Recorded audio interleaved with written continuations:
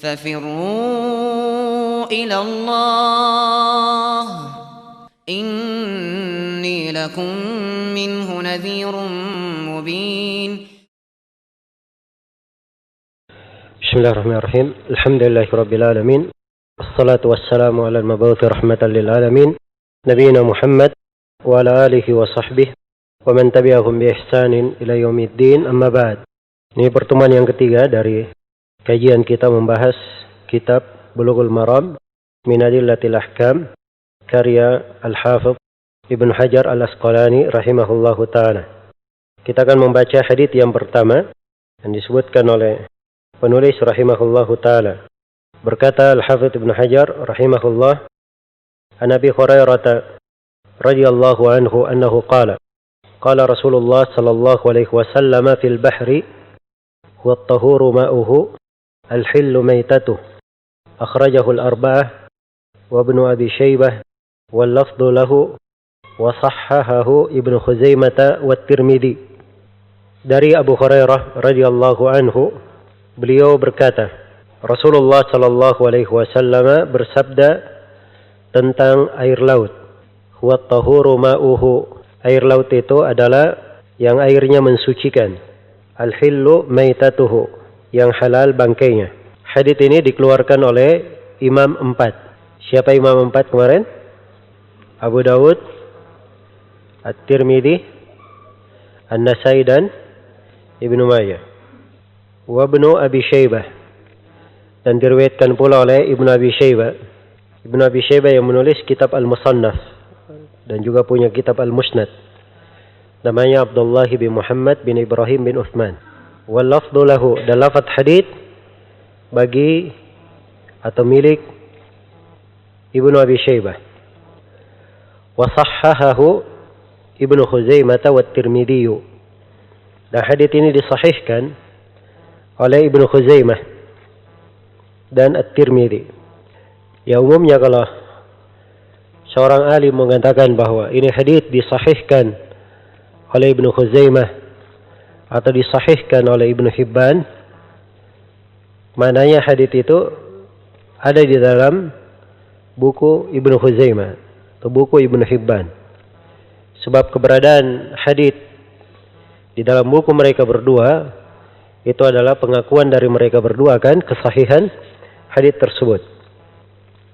Dan hadits ini adalah hadits yang sahih sebagaimana yang dikatakan oleh Ibnu Khuzaimah dan Tirmidzi rahimahumullah.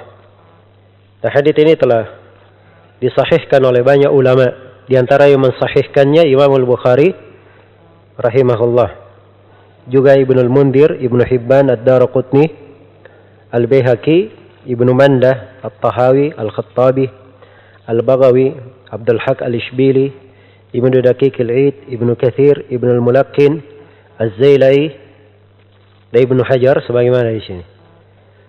Nah, hadits ini termasuk hadits yang sangat banyak sekali diriwayatkan dalam buku-buku hadits, dan dia memiliki jalur-jalur periwayatan yang sangat banyak.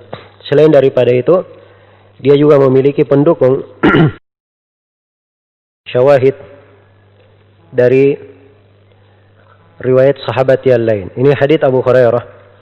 Ada juga hadits Jabir, riwayat Imam Ahmad dan Ibnu Majah, disahihkan oleh Ibnu Khuzaimah dan Ibnu Hibban. Dari Jabir, beliau berkata, anna Nabi sallallahu alaihi wasallam su'ila an ma'il bahr. Qala huwa at-tahuru ma'uhu al-hillu maitatuhu. Jabir berkata, sungguhnya Nabi sallallahu alaihi wasallam ditanya tentang air laut. Maka beliau menjawab, dia adalah at-tahur ma'uhu, yang mensucikan airnya, al-hillu maitatuhu, halal bangkainya. Dan ini dari sisi sanadnya hasan. Hanya saja Ibnu Sakan berkata sebagaimana dalam Al-Badrul Mudir, hadits Jabir asahhu ma ruwiya fiha fil bab. Hadits Jabir ini adalah hadits yang paling sahih yang diriwayatkan di dalam bab ini. Iya. Dan datang juga dari beberapa sahabat yang lainnya. Tapi penyebutan riwayat yang telah lalu insyaallah taala sudah cukup untuk menunjukkan keabsahan hadits ini. Abu Hurairah, nama beliau Abdurrahman bin Sakhar Ad-Dawsi. Itu yang paling masyhurnya di buku-buku biografinya. Walaupun ada silang pendapat di kalangan ulama tentang nama Abu Hurairah. Ya, sampai sebagiannya menyebutkan bahwa ada lebih 30 pendapat atau sekitar 40 pendapat tentang nama Abu Hurairah radhiyallahu anhu. Tapi beliau lebih dikenal dengan kunyanya Abu Hurairah, seorang sahabat yang mulia. Iya. Dan dia diberi kunya Abu Hurairah. Itu adalah kunya yang diberikan oleh ayahnya di masa jahiliyah. Kemudian Abu Hurairah masuk Islam di tahun ditaklukkannya Khaybar, atau 4 tahun sebelum Nabi sallallahu alaihi wasallam meninggal. Jadi Abu Hurairah bersahabat dengan Nabi sallallahu alaihi wasallam 4 tahun. Iya. Tapi beliau punya keistimewaan di mana semenjak beliau masuk Islam, beliau terus-menerus bermulazamah kepada Nabi sallallahu alaihi wasallam. Komitmen untuk hadir di majelisnya. Dan beliau tinggal di masjid bersama sejumlah sahabat yang disebut sebagai Ahlus Suffah. Mereka tidak ada tempat kecuali tinggal di masjid. Dan beliau bersabar terhadap kekurangan makan, kekurangan pakaian. Beliau lebih mendahulukan hal tersebut, lebih mendahulukan mengambil ilmu dari Nabi daripada mengurusi dari kelengkapan dunianya. Dan pernah ada yang berkata, kenapa wahai Abu Hurairah, kamu terlalu banyak meriwayatkan hadits dari Nabi? Maka Abu Hurairah pun bercerita bahwa saudara-saudaraku dari kaum Al-Muhajirin, mereka sibuk di pasar. Karena mereka yang berhijrah tidak ada tempat tinggalnya ke negeri orang, namanya mereka berdagang kebanyakannya di pasar. Adapun saudara-saudaraku dari kaum Al-Ansar, mereka banyak sibuk di ladang dan kebun-kebunnya. Iya. Adapun saya menghadiri majelis Nabi walaupun perut saya kelaparan. Dan kadang beliau mengikat batu di perutnya supaya terasa kenyang. Iya. Sehingga pada suatu hari Nabi sallallahu alaihi wasallam berkata, siapa yang menghamparkan ridanya, maka dia tidak akan pernah lupa hadits yang dia dengar dariku. Maka Abu Hurairah pun menghamparkan ridanya. Setelah itu dia genggam ke dadanya. Maka semenjak itu Abu Hurairah kalau mendengar hadits dari Nabi tidak pernah dia lupa. Bahkan pernah diuji hafalannya Abu Hurairah radhiyallahu anhu. Ada orang yang mengundangnya datang ke rumahnya. Maka Abu Hurairah pun membacakan hadits-hadits dari Nabi. Ya, ternyata orang ini sudah bersepakat dengan kawannya supaya kawannya di belakang tirai menulis apa yang diucapkan oleh Abu Hurairah. Maka ditulis semua hadits Abu Hurairah. Maka di tahun berikutnya Abu Hurairah diundang lagi.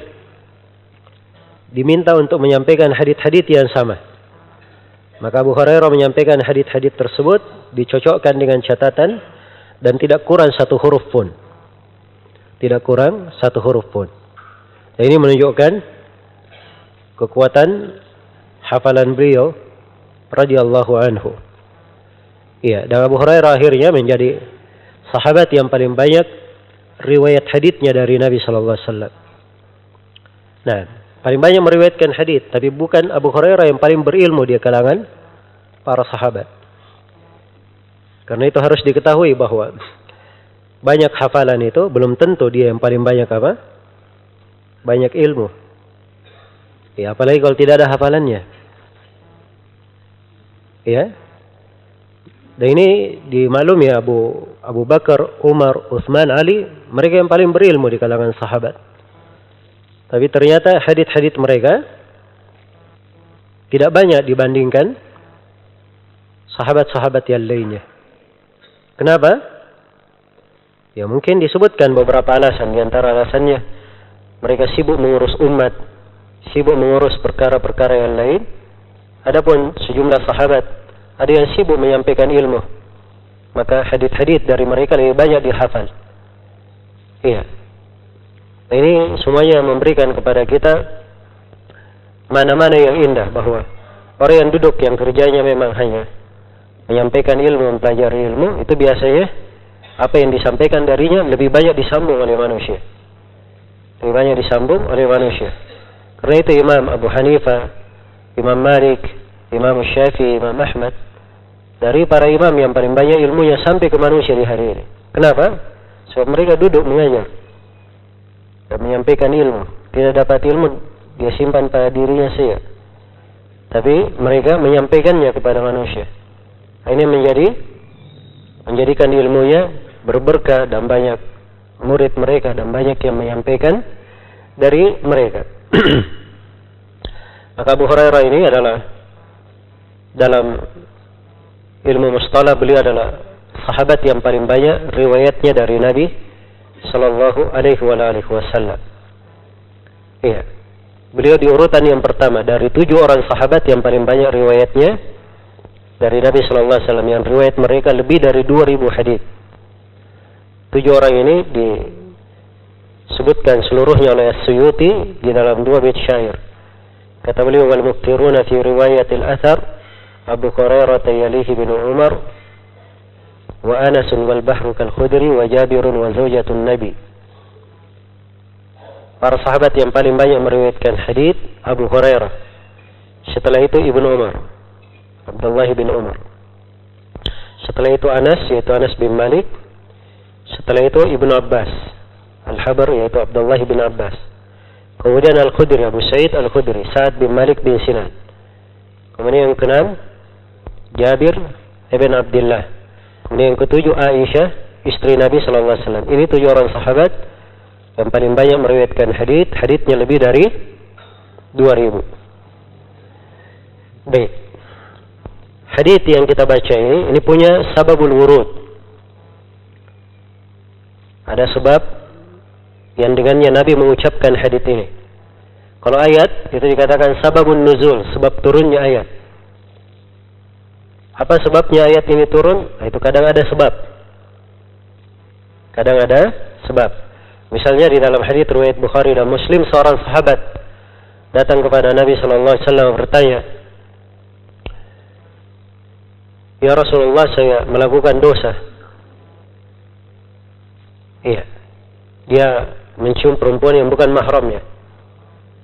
Maka turunlah ayat, aqimis salata tarafayn nahari wa zulafan minal lail illa al-hasanati yudhibna as-sayyi'at. Lakukanlah salat di ujung pagi dan petang dan di suatu waktu dari malam. Saya salat 5 waktu. Sungguhnya kebaikan-kebaikan menghilangkan kejelekan-kejelekan. Nah, ini ayat turun sebabnya apa? Sahabat ini bertanya. Sama dengan hadis Nabi sallallahu alaihi wasallam melihat sebuah kejadian, kemudian Nabi mengucapkan hadis tersebut. Misalnya Nabi bersabda, wailun lil aqabi minan nar. Celakalah tumit-tumit dari api neraka. Sebabnya Nabi mengucapkan, beliau melihat sebagian sahabat mereka berwudu, kakinya tidak dicuci, hanya diusap saja.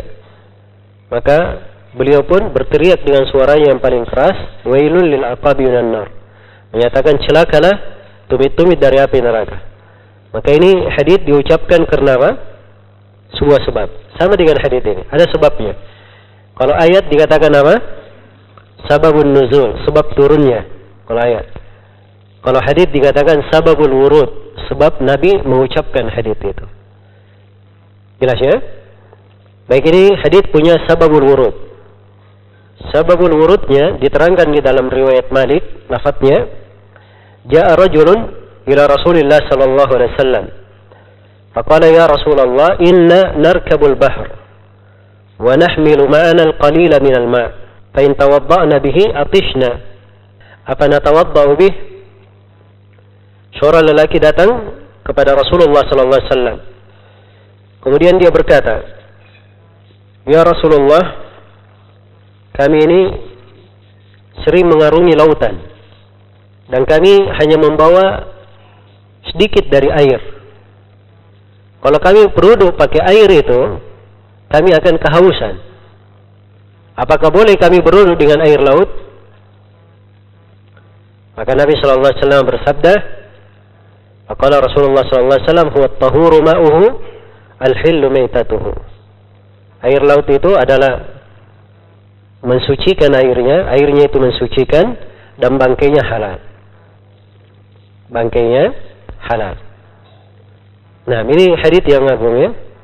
Ringkas, tapi banyak kandungan yang terkandung di dalamnya. Baik. Karena kita sudah mendengarkan sababul wurudnya, nanti saya akan terangkan kandungan dan faedah dari hadits secara keseluruhan. Iya. Sebelum saya jelaskan beberapa pembahasan dan hukum-hukum yang terkait di dalam hadits, di sini ada beberapa kalimat di dalam hadits yang perlu dijelaskan. Yang pertama, kata al-bahr. Al-bahr itu sudah dimaklumi ya, dia adalah air laut. Biasanya kalau orang bilang bahar, air laut, orang sudah tahu laut itu adalah air yang banyak di samudra yang luas dan rasanya apa? Asin. Itu kan air laut umumnya. Tapi kata bahar itu lebih umum daripada itu dalam bahasa Arab. Orang Arab itu menggunakan kata bahar untuk sesuatu yang banyak, untuk air yang banyak. Apakah dia air asin maupun air tawar? Jelas ya? Karena itu danau itu orang-orang sebut dengan nama buhairah, laut kecil. Padahal danau biasanya airnya apa? Tawar. Kalau mereka lihat air yang banyak, mereka bilang hada ma'un mustabhar. Ini air yang melaut. Karena dia apa? Dia banyak. Jadi kata laut itu dia sebenarnya bukan untuk air asin saja. Digunakan juga untuk air apa? Air tawar. Tapi memang sahabat yang bertanya di sini, ketika dia bertanya tentang air apa? Air laut. Andai kata air asin, tidak perlu dia nanya. Apa andai kata air tawar, tidak perlu dia tanya. Kalau kita berwudu dengan air tawar, kita tidak bisa minum. Sebab air tawar enak juga dipakai minum. Yang tidak enak diminum itu adalah air apa? Air laut. Jadi memang pertanyaan mereka kembali kepada air laut yang asin itu. Jelas ya? Baik. Kemudian yang kedua, dikatakan di sini di dalam hadits at-tahuru ma'uhu. At-tahuru di fathah ta'nya. Kalau di fathah ta'nya itu artinya air yang dipakai bersuci. Jadi air laut itu dia adalah air yang bisa dipakai bersuci. Dia mensucikan. Jelas ya? Kalau dia di dhamma at-tuhur, huwa at-tuhuru ma'uhu misalnya dibaca at-tuhur. Ya, at-tuhur itu dia bermakna berudu. Dia bermakna berudu. Perbuatannya itu dikatakan berudu. Jelas ya? Jadi kalau misalnya hadits Ibnu Umar yang saya sudah bacakan di pertemuan sebelumnya, la tuqbalu salatun bighairi tuhur. Salat itu tidak diterima tanpa tuhur. Itu di dhamma ta'nya bacaannya. Karena artinya salat tidak diterima tanpa berbuatan berudu. Kalau di sini airnya yang dimaksud, air laut itu adalah air yang dia adalah bisa dipakai apa? Bersuci. Iya. Al-hillu yang halal bangkainya. Al-hillu itu bermakna al-halal. Iya, bermakna al-halal. Bermakna al-halal. Sama dengan al-haram. Iya. Dikatakan haram dan haram. Nah, karena itu datang dalam sebagian riwayat tidak dikatakan al-hillu maitatuhu, dalam sebagian riwayat al-halalu maitatuhu, dalam sebagian riwayat.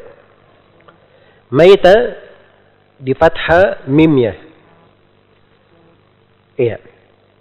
Di fathah mimnya, yaitu binatang yang mati. Bangkainya, binatangnya yang mati. Kalau di fathah mimnya. Kalau mimnya di kasrah, mita, kalau dibaca mita, itu artinya bentuk matinya. Cara matinya.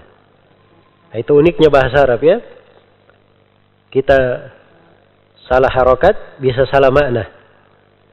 Ya, ini antara maita dan mita beda apa? Mananya. Kalau maita itu adalah bangkainya, zatnya sendiri, zat yang mati itu. Itu dibilang apa? Maita. Kalau dia cara matinya, itu disebut apa? Mita. Kalau dia cara matinya. Baik. Jadi huwa tahuru ma'uhu, al-hillu maitatuhu. Ini beberapa kalimat yang terkait dengan hadits. Kemudian pembahasan berikutnya tentang hukum-hukum dan pembahasan-pembahasan yang tercakup di dalam hadits ini. Hadits ini adalah hadits yang agung. Dia adalah salah satu sumber pokok di pembahasan taharah. Yang terdapat di dalam hadits ini cakupan hukum-hukum yang banyak dan kaidah-kaidah penting.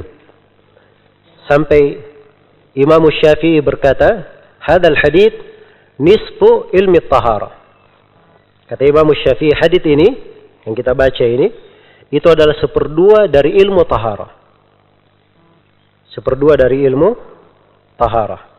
Karena banyaknya kandungan yang terkandung di dalam hadits ini. Hadits ini terdapat di dalamnya sejumlah pembahasan. Pembahasan yang pertama, penjelasan tentang air yang boleh dipakai bertaharah. Air yang boleh dipakai apa? Bersuci. Air itu adalah benda cair. Semuanya mengetahui bahwa air adalah apa? Benda cair. Tapi penggunaan kata air secara mutlak itu sudah dimaklumi, benda cair tertentu bukan seluruh benda yang cair. Karena itu air kelapa, minyak, ya, atau air air yang keluar dari pohon pisang, air buah, itu walaupun dia cair tidak disebut air secara apa? Secara mutlak. Kalau disebut air maka ada ikutannya di belakang, air kelapa, air buah, kan begitu. Tapi kalau dikatakan air saja, itu artinya air yang dipakai apa? Bisa dipakai minum, bisa dipakai bersuci, ya, air yang turun dari langit, atau dia memancar dari mata air di bumi, atau turun dari dari gunung. Itulah air umumnya kalau digunakan kata air.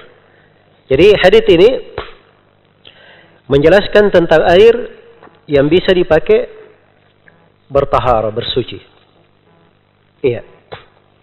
Jadi para sahabat itu mereka tidak ada masalah bahwa air yang mereka bawa kalau perjalanan itu air bisa dipakai bersuci. Tapi mereka menjadi masalah ketika melihat air laut. Air laut ini beda dengan air yang biasa mereka minum. Rasanya asin. Ya, kemudian kadang baunya tidak enak. Iya. Kemudian ketika ditelan juga seakan-akan tidak menghilangkan dahaga. Nah, maka di sini muncul pertanyaan, apakah ini air yang bisa dipakai bersuci atau tidak? Dan ini memberikan kepada kita fikih yang mendalam. Fikih yang mendalam. Terkait dengan masalah apa? Terkait dengan masalah air. Iya. Karena itu saya tegaskan dari hadits ini bahwa hadits ini menjelaskan bahwa air yang boleh dipakai bersuci itu itu adalah air yang apa? Merupakan air mutlak. Air yang berada di atas asal penciptaannya. Itu air yang bisa dipakai bersuci. Apakah dia turun dari langit, apakah dia keluar dari bumi, atau memancar dari gunung, keluar dari mata air, dia dari laut, dari sumur, dari sungai, ya, dari danau, yang jelas dia di atas asal penciptaan, maka itulah air yang boleh dipakai apa? Boleh dipakai bersuci. Itu tercakup di dalam firman Allah Subhanahu wa taala, "Wa nunazzilu minas sama'i ma'an liyutahhirakum bih." Dan kami menurunkan dari langit air untuk mensucikan kalian dengannya. Itu masuk di dalam seluruh cakupan air yang masih berada di atas asal penciptaannya. Dan juga ayat yang kedua firman Allah itu tadi di surah Al-Anfal. Ada ayat di surah Al-Furqan, "Wa anzalna minas sama'i ma'an tahura." Dan kami turunkan dari langit air yang mensucikan. Ada ayat yang ketiga di surah An-Nisa dan di surah Al-Maidah tentang tayammum. "Falam tajidu ma'an fatayammamu." Kalau kalian tidak menemukan air, maka bertayammumlah. Jadi tayammum itu ganti dari air, ya kan? Kalau tidak ada air baru bertayammum. Air apa ini? Konteks ayat umum, ma'an. Air apa saja, yang penting dia adalah air yang masih berada di atas apa? Asal penciptaannya. Jelas ya?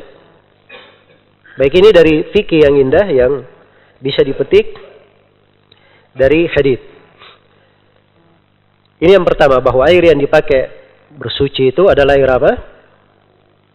Air mutlak, air yang berada di atas asal penciptanya. Yang kedua, dari hadis ini dipetik oleh sebagian ulama pendalilan bahwa air itu terbagi tiga. Ada air yang suci dan bisa dipakai mensucikan. Dan yang kedua, ada air yang suci tapi tidak bisa dipakai mensucikan.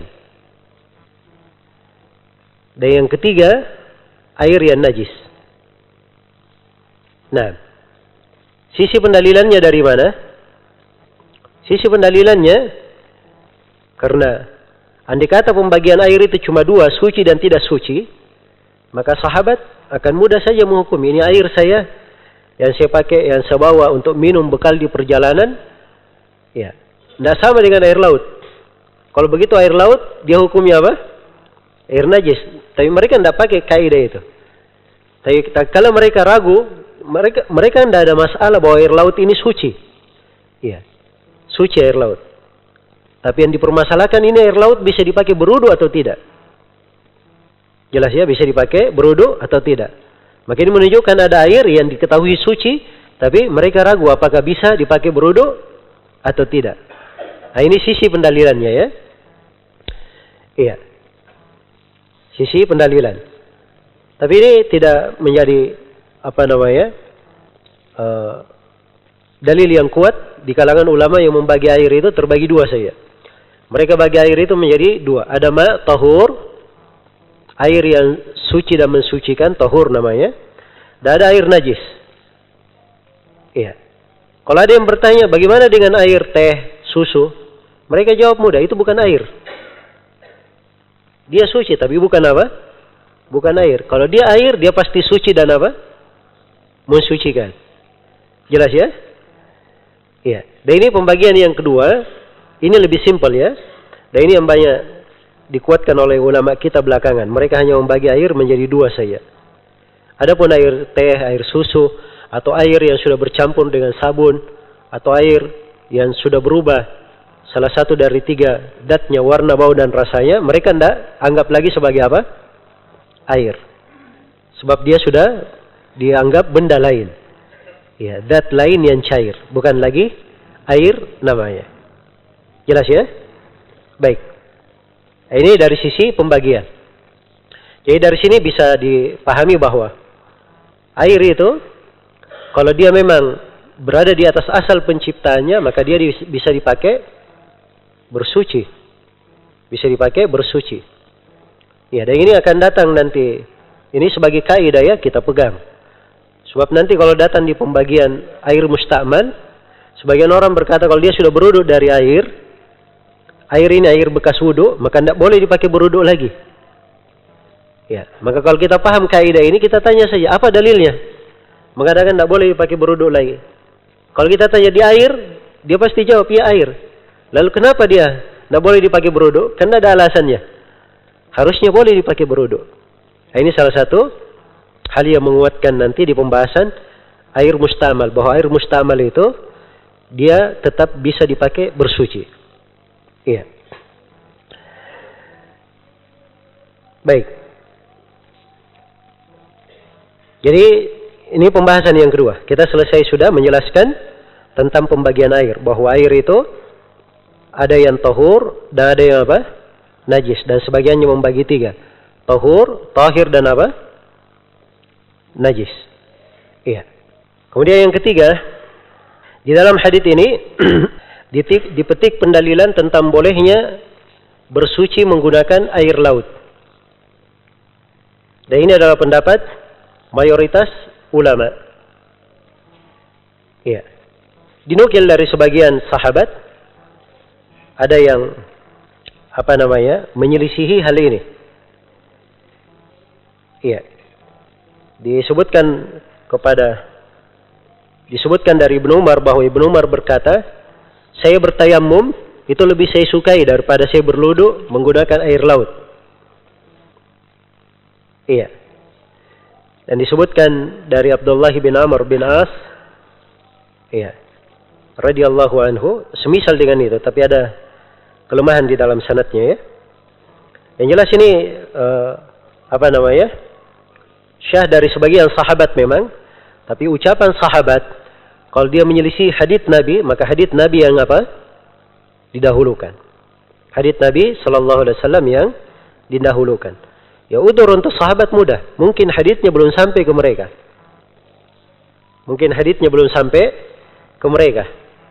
Ya, jadi jangan ada yang berkata, kenapa Ibnu Umar lebih suka tayamum daripada menggunakan air laut?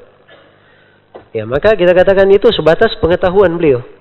Mungkin hadits belum sampai kepada beliau. Nah, ini supaya kita mudah memahami silam pendapat itu. Sama dengan Imam Malik rahimahullah. Imam Malik itu berkata, puasa 6 hari di bulan Syawal. Antum tahu puasa Syawal, tahu kan? 6 hari di bulan Syawal setelah Ramadan itu. Itu kata Imam Malik hukumnya bid'ah. Loh kok bisa Imam Malik bilang bid'ah? Ya, jangan sampai ada yang berkata, ini Imam Malik, ya, keliru besar. Haditsnya di Sahih Muslim, masa dibilang bid'ah oleh Imam Malik? Maka di sini udzur yang paling bagus untuk Imam Malik mudah, seperti yang dikatakan oleh Ibnu Abdul Bar. Hadits ini belum sampai kepada siapa? Imam Malik. Andai kata sampai kepada beliau, tidak mungkin beliau berkata apa? Bid'ah. Justru di sini menunjukkan keteguhan Imam Malik dalam berpegang. Beliau tidak mengucapkan hukum kecuali dengan dalil. Ketika tidak dalil, beliau bilang bid'ah. Ketika kalau sampai dalil, pasti beliau akan berkata apa? Akan berkata sunnah. Jelas ya? Baik. Maka ada hal-hal yang kita petik dari pelajaran fikih, itu membuka wawasan. Supaya orang tidak terlalu jumud. Ya, kadang kalau terlalu sempit wawasannya, dia belajar sendiri, bisa-bisa dia berkelahi kalau ada yang menyelisihi apa yang dia pelajari. Dan ini repot ya, terjadi di tengah kaum muslimin. Nah, karena itu Imam Syafi'i punya dua pendapat. Ada pendapat lama, pendapat baru. Ya. Pendapat lama beliau ketika beliau tinggal di Irak. Pendapat baru ketika beliau pindah ke mana? Ke Mesir. Ya. Di antara sebab kenapa Imam Syafi'i berubah pendapat, katanya setelah beliau tiba di Mesir, banyak beliau dapat hadits-hadits yang beliau tidak dapatkan ketika berada di mana? Di Irak. Ketika berada di Baghdad waktu itu. Nah, itu di antara sebabnya. Karena itu diberi alasan yang luas. Imam Ahmad juga ada pendapat lama, pendapat baru juga. Ada beberapa riwayat kadang dari Imam Ahmad. Demikian pula Abu Hanifah. Iya. Nah itulah fikih. seseorang itu sesuai dalil. Ya, di antara hal yang paling menakjubkan yang saya pernah lewat, Imam Malik rahimahullahu taala di dalam hukum membaca bismillah bagi orang yang berwudu, itu Imam Malik punya 5 pendapat. Ya. Pernah beliau bilang bid'ah, pernah beliau bilang makruh, pernah beliau bilang mubah, pernah beliau bilang sunnah, dan pernah beliau bilang apa? Wajib. Ini Imam Malik rahimahullah. Ya, jangan ada yang berkata, oh ini Imam Malik berubah-ubah warna. Ya. Ini perhatikan. Justru kalau orang sudah mengerti fikih dan mengerti pembahasan, dia akan tahu keutamaan Imam Malik rahimahullah. Ya, jadi beliau berubah itu wajar. Dia bilang bid'ah, mungkin tidak ada dalil waktu itu sampai ke beliau. Ini ibadah. Mungkin setelah itu sampai kepada beliau dalil-dalil yang anjuran umum untuk memulai sesuatu pakai bismillah. Sampai kepada beliau riwayat ya, tentang syariat membaca bismillah. Nah, di dalam syariatnya itu riwayatnya memang ada ketegasan. Iya. Sebab dikatakan la wudu'a liman lam yaqra bismillahirrahmanirrahim. Atau bismillah. Tidak ada wudu bagi orang yang tidak membaca bismillah ketika berwudu. Ini tidak ada wudu. Apa maksudnya tidak ada wudu? Batal wudunya atau tidak ada wudu bermakna sunnahkan, afdalnya. Nah, itu kan ada 2 penafsiran. Nah, jadi itu wajar, biasa hal itu, dan seorang ahli fikih dia menentukan sesuatu sesuai dengan apa? Timbangan dalil. Dan ini memang diketahui oleh orang-orang yang belajar fikih. Nah, adapun kita di pelajaran ini saya sekadar memberikan gambaran-gambaran ya supaya kita mudah memahami letak-letak ijtihad ulama itu dari mana. Apa sebabnya mereka berijtihad seperti itu. Jadi sesuatu itu kadang mereka berijtihad sesuatu punya alasan yang sangat kuat. Ya. Tapi orang-orang awam kadang mengatakan bahwa mereka ini berbuat sesuatu yang mungkar. Nah, inilah repotnya. Dan ini yang terjadi di masa ini. Kadang banyak dari ulama berijtihad sesuatu, ya. Namun orang-orang yang tidak mengerti hakikat permasalahan, ya taunya itu tidak benar dan begitu. Tapi kalau dia pelajari dengan seksama, mungkin akan dia dapati ucapan orang yang dicela tidak ada celaan padanya, pada hakikatnya. Nah, maka ini dari hal yang hendaknya diperhatikan oleh setiap muslim dan muslimah.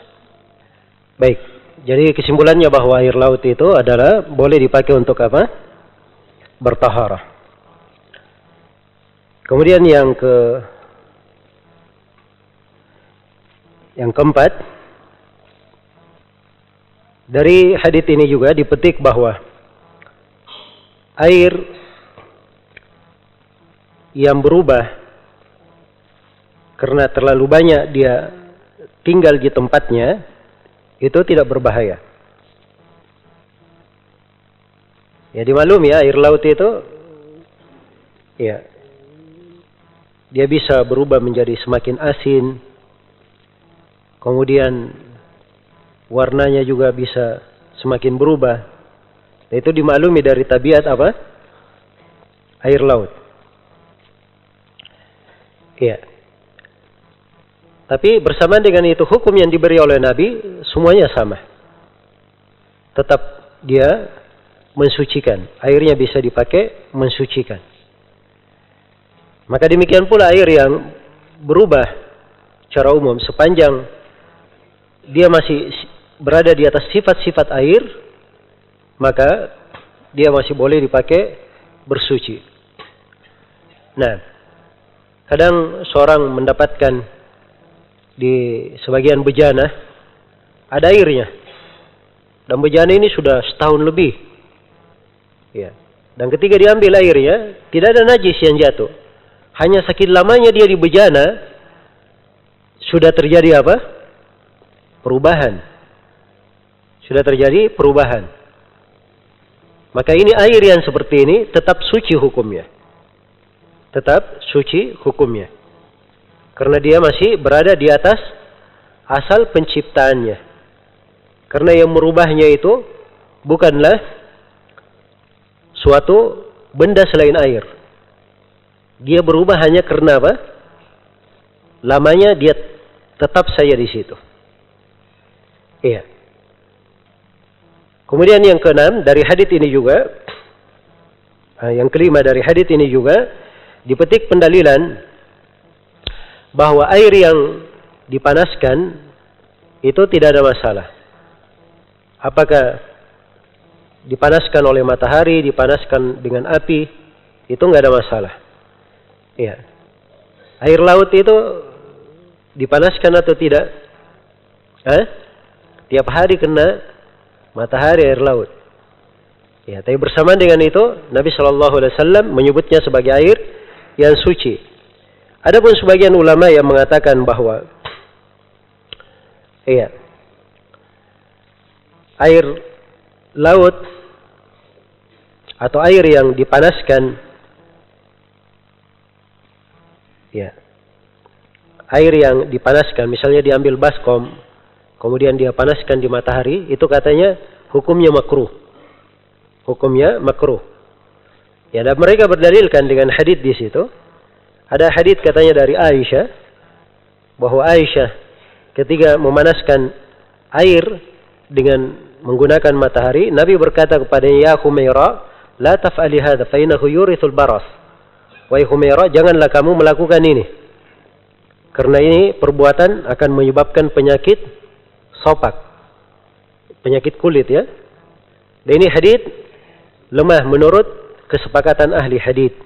Bahkan sebagiannya menganggap ini hadits palsu. Iya, demikian kata Imam Nawawi. Dan Syekh Al-Albani menyebutkan riwayat-riwayat hadits ini dan beliau hukumi bahwa ini adalah hadits yang palsu. Kalau itu yang benarnya bahwa seorang menggunakan air yang dipanaskan pakai matahari maupun dipanaskan pakai api, itu nggak ada masalah. Sebab dia masih tetap air, tidak keluar dari nama apa? Nama air yang dibolehkan untuk dipakai bertaharah. Iya. Kemudian yang keenam dari faedah hadits ini, sesuatu kalau dia bercampur dengan air yang suci, apa hukumnya? Iya. Kenapa saya petik ini? Karena dimaklum ya, air laut itu kalau di sebagian air misalnya dipisahkan, kemudian dijemur, akan terjadi perubahan pada air yang dipisahkan itu. Mungkin garamnya akan semakin tampak, berubah warnanya. Tapi kalau dia tetap di laut sana, ya kadang terlihat tidak ada perubahan, sebab dia alami di laut, biasa. Allah telah menciptakannya sedemikian rupa, tapi kalau dipindahkan, itu akan terlihat ada apa? Ada perubahan. Tapi perubahan-perubahan ini apakah membuat hukum air laut berbeda? Jawabannya tidak berbeda. Ya kan? Kalau begitu, sesuatu yang merubah air itu terbagi dua. Nah, yang pertama yang merubah air itu apa? Yang merubahnya najis atau benda suci. Kalau najis dia masuk ke hukum air yang apa? Air yang najis. Tapi yang menjadi masalah di sini kalau dia kejatuhan benda suci. Ini yang sering kita alami. Ya. Lagi mandi misalnya. Ada yang punya bak di rumah. Jatuh sabun di baknya. Boleh nggak air yang kejatuhan sabun ini dipakai mandi junub? Nah, di sini kejatuhan air, kejatuhan apa? Kejatuhan sabun. Jelas ya? Iya. Nah itu tampak sekali ya, jangankan sabun, orang pakai sampo saja. Ada bekas-bekas samponya masuk ke air, airnya jadi apa? Jadi agak harum. Bau sampo, kan begitu? Apakah merubah hukum air? Nggak boleh dipakai berwudu? Iya. Di sini letak pembahasan. Akan datang nanti di pembahasan kita kesimpulan bahwa air itu nanti dia berubah hukumnya kalau berubah salah satu dari apa? 3 sifatnya, bau, warna dan apa? Rasanya. Tapi kalau dia ada perubahan bau, warna, rasa tapi tidak merubah air, tidak ada masalah. Iya. Itu tidak ada masalah. Kalau benda suci, kalau benda najis itu lain ya. Air kejatuhan najis berubah bau warna rasanya itu langsung tidak boleh dipakai. Tapi kalau dia berubah oleh benda suci sedikit saja, yang sedikit itu nggak ada masalah. Ya, yang sedikit tidak ada masalah. Kenapa tidak ada masalah? Ada banyak dalil yang menunjukkan tentang hal itu. Iya. Di antara pendalilannya yang pertama adalah hadits ini. Inilah makanya kenapa saya bawakan faedah ini di sini. Ini dijadikan pendalilan oleh Syekhul Islam Ibnu Taimiyah. Kata beliau, laut itu berubah rasanya. Iya. Perubahan yang sangat menyolok karena perubahan kadar garamnya. Perubahan kadar garamnya.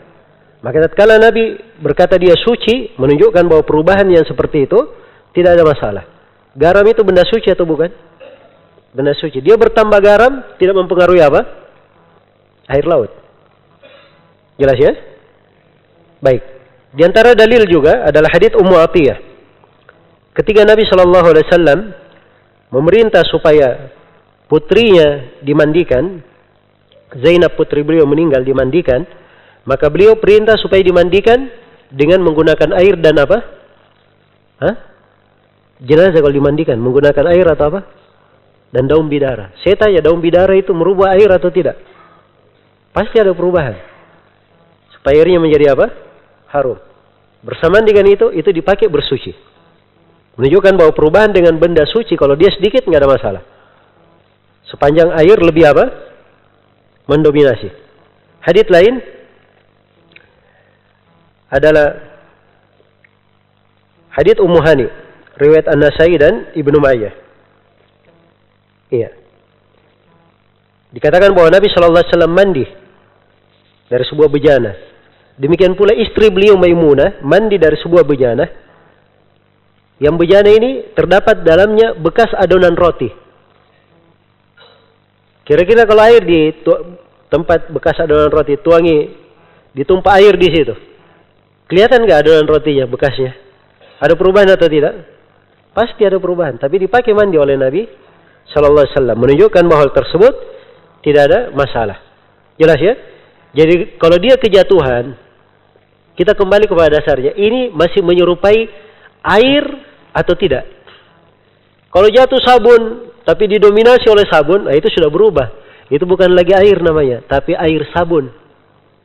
Jelas ya? Sama dengan air putih nih. Ini air putih. Kita tuangi susu.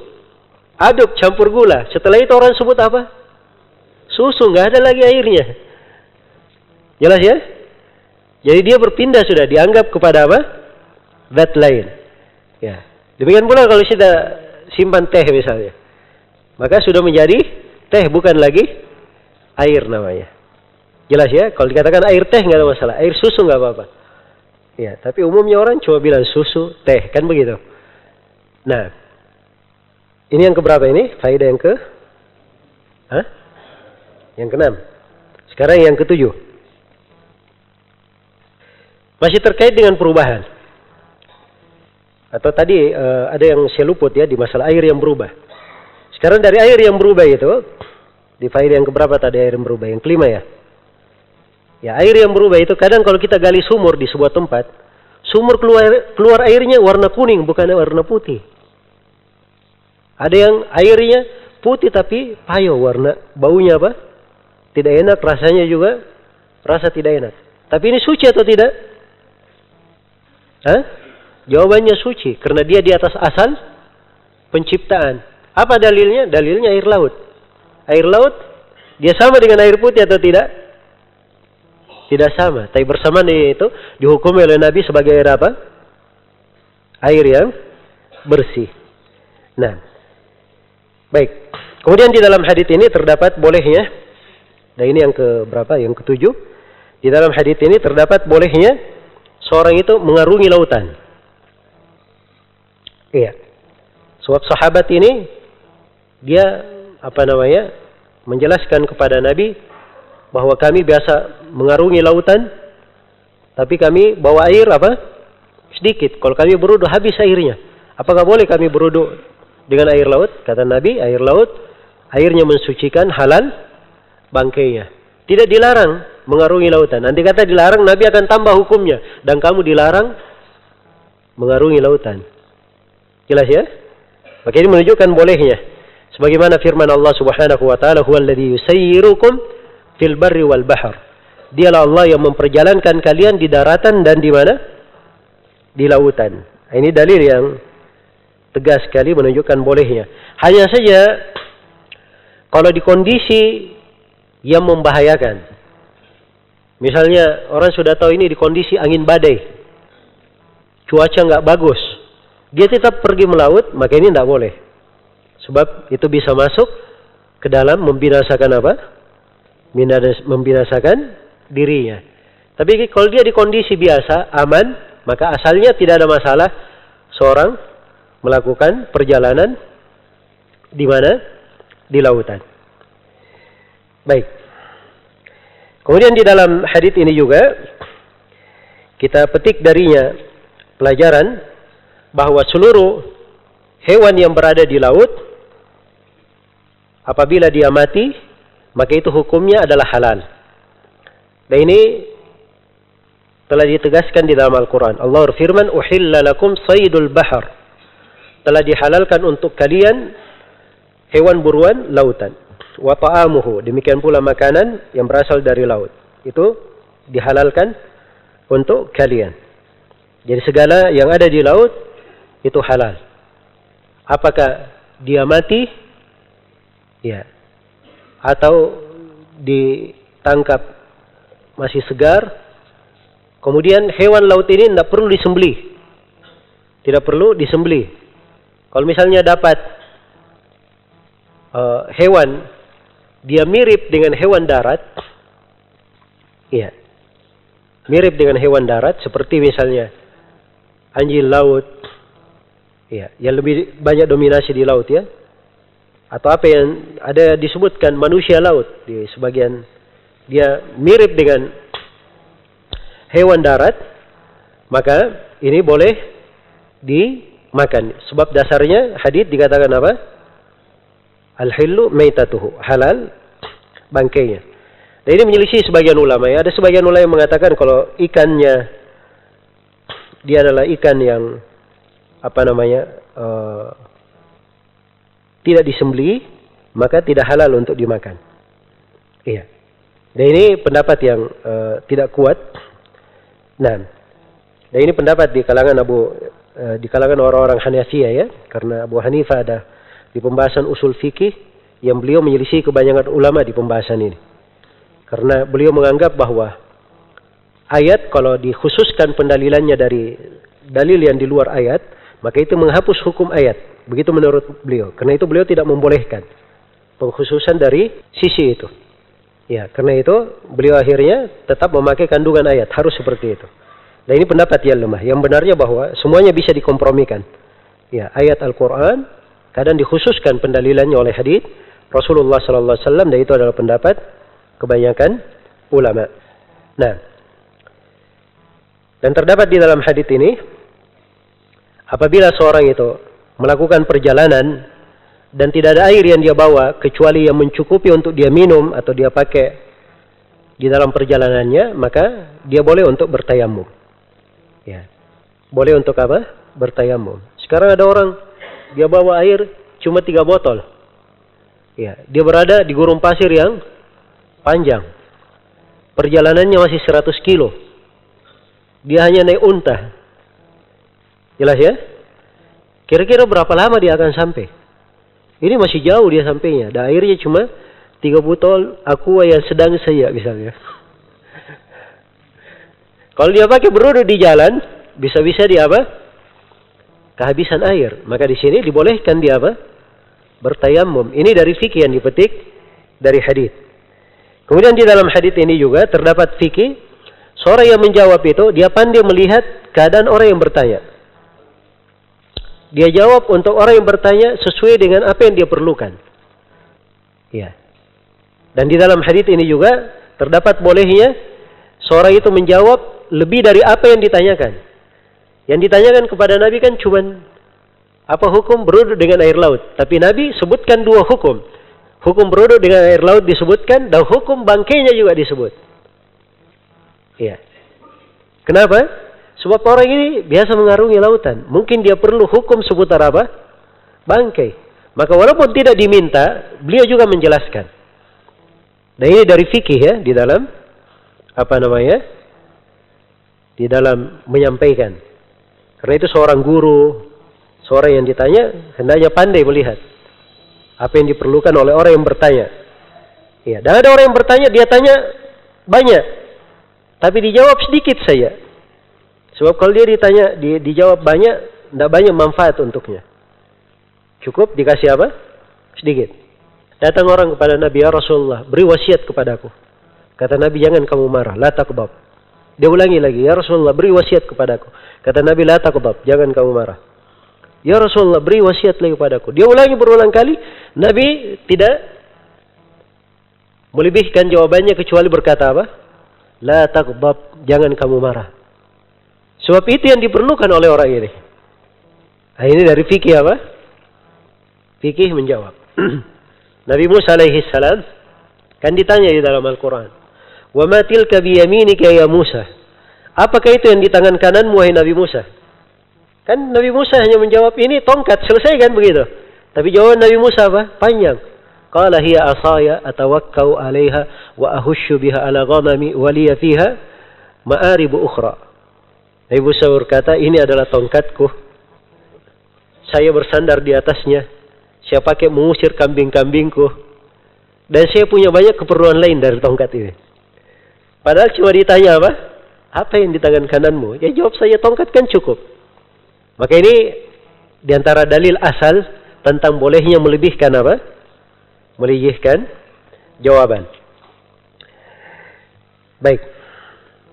Dan terdapat di dalam hadits ini juga pemahaman kebalikan bahwa kalau bangkai air laut dihalalkan, berarti kebalikannya bangkai darat dia apa?